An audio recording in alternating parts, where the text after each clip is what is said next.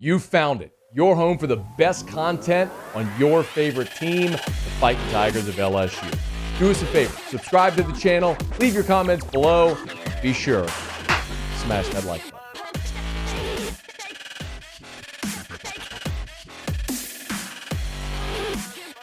button. Tigers beat UAB 41-10 Saturday in Tiger Stadium. And, over the course of, I don't know, certainly my time covering the team, from time to time, LSU will run up in one of these group of five games, these non-conference sort of, layups or, cupcakes, guarantee games, whatever you want to call it, where you face a team that actually does present a little bit of a threat. And it's not often, but sometimes you'll run up against one of these teams that does something really well that is cause for concern.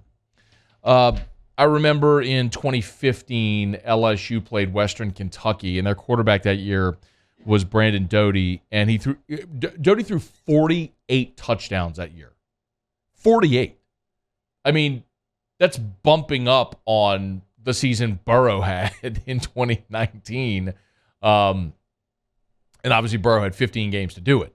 So I remember looking at that game and going, man, look, this guy can sling it around, leads the country in touchdown passes. It's going to be a test for the secondary. And LSU won the game 48-20. And then, I can go all the way back to 2003. Remember LSU played Louisiana Tech in 2003. This is a different reality. But Luke McCown was the quarterback. Ryan Moats was the running back who ran for 1,300 yards that season. It was a really good offense. And although LSU ended up winning the national championship, none of us at that point in the season were thinking national championship, but that was a very validating win when they choked out that Louisiana Tech offense. So from time to time, you can learn things about a team meaning you play one of those games and you're supposed to dominate it, but you don't let circumstance affect you. And that's what great teams do. And I feel like LSU did that on Saturday with the win over UAB. It was rainy. It was 30 degrees. The stadium was empty. You're looking ahead to next week. You've got an SEC championship game to play in coming up. And you were facing the team that had the nation's leading rusher in Dwayne McBride, 1,400 yards already on the season, and you held him to 34 rushing yards. It was just an awesome, dominant performance. So, I get all the circumstances that surrounded that game that were not ideal, but I do think LSU deserves quite a bit of credit for the way they played that game and dominated. Jaden Daniels was super efficient, 22 of 29 for 297 and a score. He protected the football. There were a couple of fumbles, which we'll talk about here in just a second. LSU was 11 of 13 on third down, and one of the third down misses was when Nussmeier had gone into the game. So with Daniels in there, they were 11 of 12 on third down. It was just incredible. 565 total yards. They exercised all of the demons of a week ago where the offense was sluggish against Arkansas and went out and played exceptionally well, which was great to see. And listen, this is what Brian Kelly kind of said as he led off his press conference today on Monday when he met with the media about all of those circumstances and still being dominant. For 4 quarters and in less than ideal conditions, not a full crowd, coming off of an incredible environment 2 weeks prior at Alabama. All those things usually equal into a change in the way you think.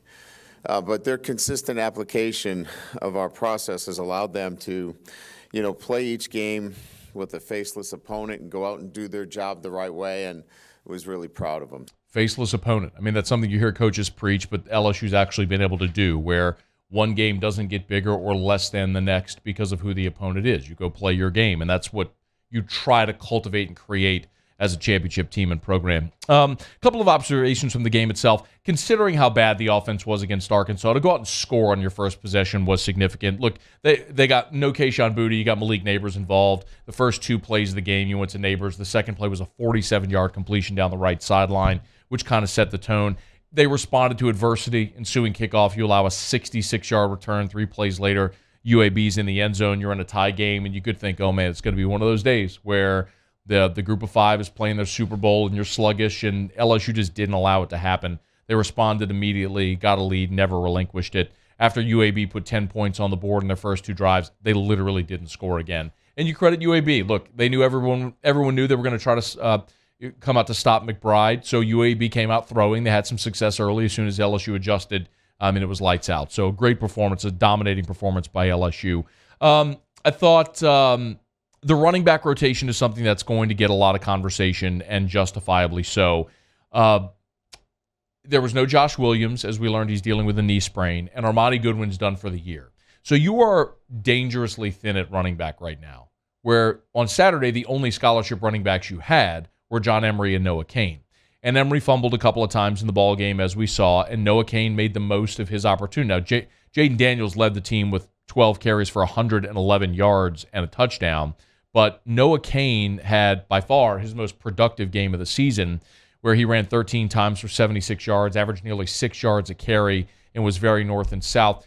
Brian Kelly was asked today about Noah Cain and talked a little bit about Cain and his role and what his role will be moving forward, and it becomes more relevant now, especially because of the fumbles. Noah Cain has helped himself, right? I mean, he's not flashy. I don't think he's going to be a guy that makes a ton of people miss, but does he really have to, right? He plays with low pads. He's physical. He's smart. He catches the ball coming out of the backfield. He's reliable in pass protection, and he's tough to bring down. I mean, I just think I mentioned 4 or 5 things that are pretty good to have. He doesn't have, maybe some of those, wow factors, but steady and physical, and I think he leads our team in rushing touchdowns in terms of the running back position. So it's been extremely effective for us.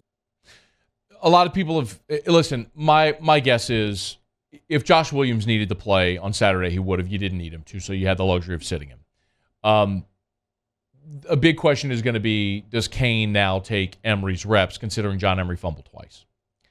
And maybe the answer is maybe. Because you're certainly going to have to value ball security. But here's the challenge when it comes to John Emery. John Emery gives you game-breaking ability.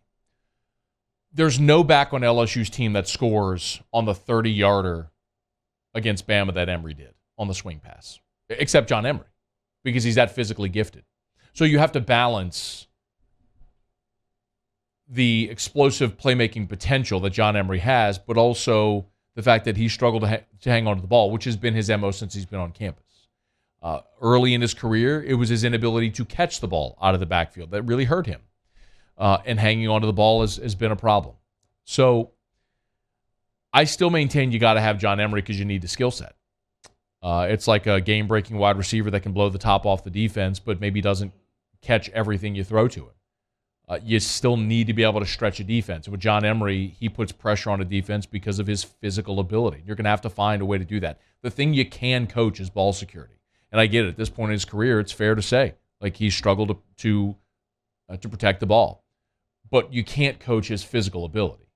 And he's got something that, a couple of plays a game can flip the field, can put points on the board, and you need that in the offense. So do his touches get limited? Probably. And Brian Kelly acknowledged that Noah Cain probably has earned himself more touches by the way he played on Saturday.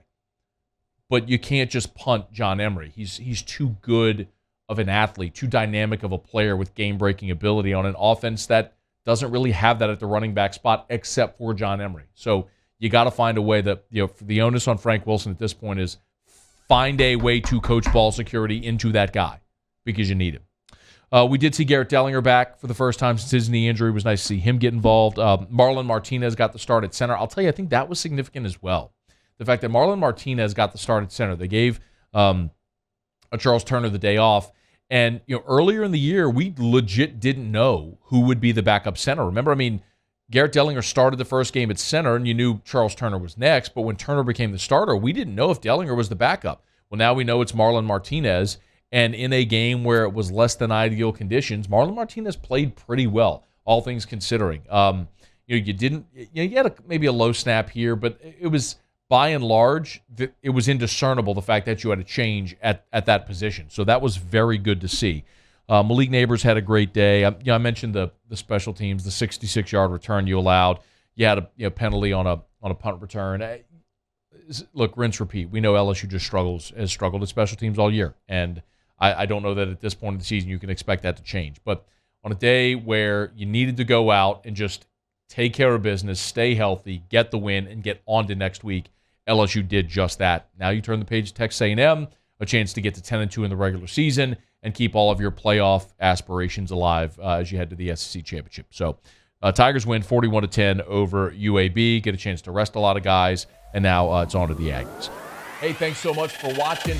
Please leave your comments. I love to interact, and be sure to hit the red subscribe button below.